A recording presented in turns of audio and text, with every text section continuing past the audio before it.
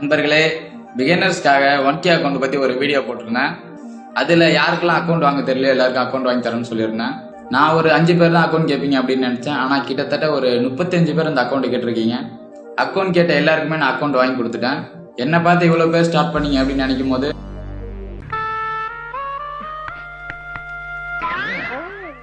அக்கௌண்ட்டை பத்தி கேட்ட எல்லாருக்குமே நான் அந்த அக்கௌண்டோட ரூல்ஸை பத்தின டீடைல் வீடியோ லிங்க் எல்லாருக்குமே ஷேர் பண்ணியிருந்தேன்.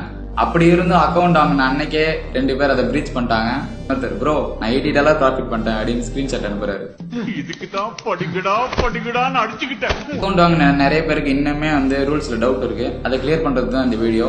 ரொம்பவே சிம்பிளா சொல்ல போறேன், நோட் பண்ணி வச்சுக்கோங்க. இது ஒரு இன்ஸ்டன்ட் அக்கௌண்ட். அதாவது நீங்க phase 1 phase 2 அப்படின்னு கிளியர் பண்ண தேவையில்ல. இந்த அக்கௌண்ட் 28 days தான் இருக்கும். அதுக்கப்புறம் டீஆக்டிவேட் ஆயிடும். இந்த அக்கௌண்டோட ரூல்ஸ் படி ஒருத்தருக்கு ஒரு அக்கௌண்ட் தான். ஆனா ஒரு ட்ரிக் யூஸ் பண்ணி நிறைய அக்கௌண்ட் வாங்கிக்கலாம். அது எப்படின்னு லாஸ்ட்ல சொல்றேன். அதாவது நீங்க ஒரு நாளைக்கு $30 மேல லாஸ் பண்ணக்கூடாது. நீங்க மொத்தமா $60 மேல லாஸ் பண்ணக்கூடாது. ஒரு ட்ரேடோட SL $20 மேல வைக்க கூடாது. நீங்க ஒரு நாளைக்கு கண்டிப்பா 5 USDT ப்ராஃபிட் பண்ணிருக்கணும். இப்படி 3 நாள் கம்ப்ளீட் பண்ணிருந்தீங்கன்னா 3 ட்ரேடிங் டேஸ் கம்ப்ளீட் ஆயிடும். அப்புறம் முக்கியமான ரூல் கன்சிஸ்டன்சி ரூல்.